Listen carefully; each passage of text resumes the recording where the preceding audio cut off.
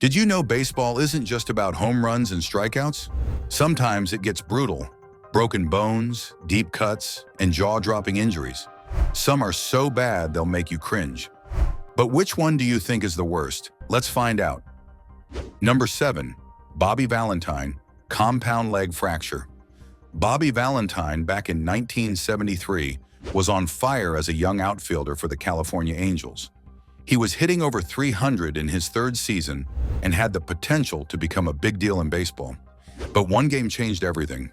Valentine was out in the outfield, going all out to rob a home run when his spikes got caught in the chain-link fence. As he jumped up trying to make the catch, his leg got wedged between two poles. The fence gave way just enough to trap his leg, causing it to bend completely. That wasn't just a bad fall, it was a career-changing moment. His leg broke badly, and no matter how many casts they put on it, the bones didn't heal right. Valentine would have opted for more surgery, but instead, he chose to play the next season. Big mistake. That decision messed up his leg even more and took a toll on his career. After hitting a solid .302 before the injury, his numbers dropped drastically. He ended up hitting just 251 for the rest of his career and retired at just 29 years old.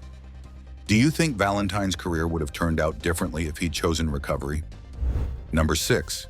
The Mike Coolbaugh tragedy. Mike Coolbaugh spent 17 years grinding in pro baseball, even making it to the big leagues for a bit, smashing a solid 260 home runs in his career.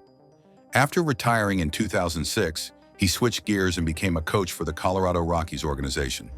But in July 2007, while coaching first base for the Tulsa Drillers, tragedy hit, literally. A hard-hit ball off a line drive caught him in the neck, causing a fatal brain hemorrhage. Less than an hour later, he was gone, leaving the baseball world in shock. His death shook the baseball world. The league didn't wait around. By the next season, helmets became mandatory for all base coaches in both major and minor leagues. Safety first, but did it really have to come at such a heavy cost? Number 5. Tony Saunders, fractured arm. Back in 1999, Tony Saunders was on the pitching for the Tampa Bay Devil Rays, trying to make a name for himself in the big leagues. With the count at 3-2, he delivered a pitch to Juan Gonzalez. But instead of hearing the usual crack of the bat, the stadium was filled with the sickening snap of Saunders' upper arm breaking, and something major had gone wrong. Saunders' humerus snapped, dropping him to the ground in pain.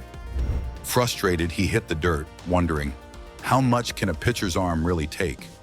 Doctors managed to set the bone without surgery, but the nightmare wasn't over. The following year, during a rehab stint, he broke that same arm again.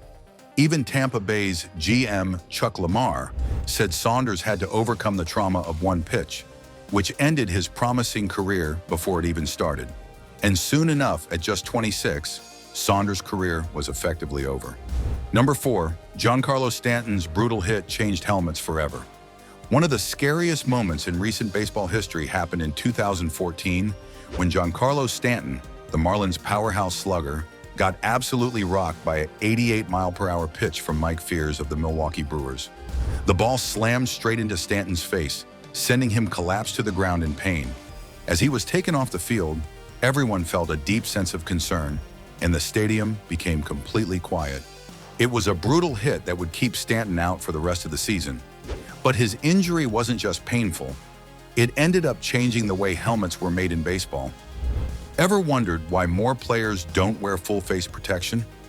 Maybe it's because some of them didn't want to look soft. But after what happened to Stanton, who could blame them for wanting a little extra shield? Number 3. Juan Encarnacion, career-ending full ball. Juan Encarnacion, a 2-time World Series champ and 11-year MLB veteran, had no idea that his career would end in the most bizarre way possible. It was July 2007, and he was just chilling in the on-deck circle, waiting his turn to bat. His teammate, Aaron Miles, stepped up and crushed a line drive straight towards him. The only problem? Encarnacion wasn't paying attention. The ball hit him right in the left eye with a force that left everyone in the stadium frozen. Encarnacion dropped to the ground, completely still for several heart-stopping minutes. The crowd fell silent, and it was clear this wasn't just a freak accident. It was something serious. After what felt like an eternity, he managed to get up, wave off the stretcher, and slowly walk off the field. While the Cardinals rallied to win that game, making Tony La Russa the winningest manager in team history, no one was really celebrating, not after what had just happened. That line drive fractured Encarnation's bone and immediately ended his season. But the worst part? His eyesight never fully recovered, and his dream of continuing his career in baseball was shattered in an instant. One moment you're just waiting for your turn, and the next your career is over. Encarnation never played in the majors again. Just like that, his time in the game was up, and it was a brutal reminder of how quickly things can change. Number 2, Adam Greenberg instant career ender. Adam Greenberg's story is one of the most heartbreaking what-ifs in baseball history. Drafted by the Chicago Cubs in 2002, he worked his way through the minors and finally made it to the big leagues in 2005. Things were looking up until his very first at-bat.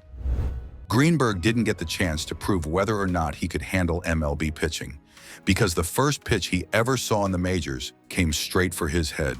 A 92-mile-per-hour fastball from Valerio de los Santos smashed into the back of his skull. He dropped to the ground in intense pain, feeling like his head had split open. The only thing on his mind was trying to stay conscious. Doctors later confirmed the worst, a skull fracture and a severe concussion. Greenberg was placed on the DL for the rest of the season, but the damage didn't stop there. He suffered from vertigo symptoms for years: headaches, dizziness, nausea, double vision. It took over 2 years for him to start feeling like himself again, but even then, his body wasn't the same. In 2006, Greenberg made a brief return to the minors, but his numbers just weren't there. After a few stints with the Dodgers, Angels, and Royals minor league systems, he found himself in the independent leagues, where his dreams of a big league comeback slowly slipped away. But then something incredible happened. The Miami Marlins, the same team he'd been facing when that pitch to his head ended his career, signed him to a one-day contract to give him a proper MLB at-bat. It was a tough way to get back in the game, but at least Greenberg got to step up to the plate in the big leagues one last time. He struck out on 3 pitches, but at least he finally got what he deserved all those years ago. Number 1, Ray Chapman's death altered pitching forever. The tragic story of Ray Chapman's death in 1920 is, without a doubt, one of the darkest chapters in baseball history. Chapman, a shortstop for the Cleveland Indians, had been a steady presence in the league since 1912. He was a respected player, known for his grit and sportsmanship, and was in his 9th season when disaster struck.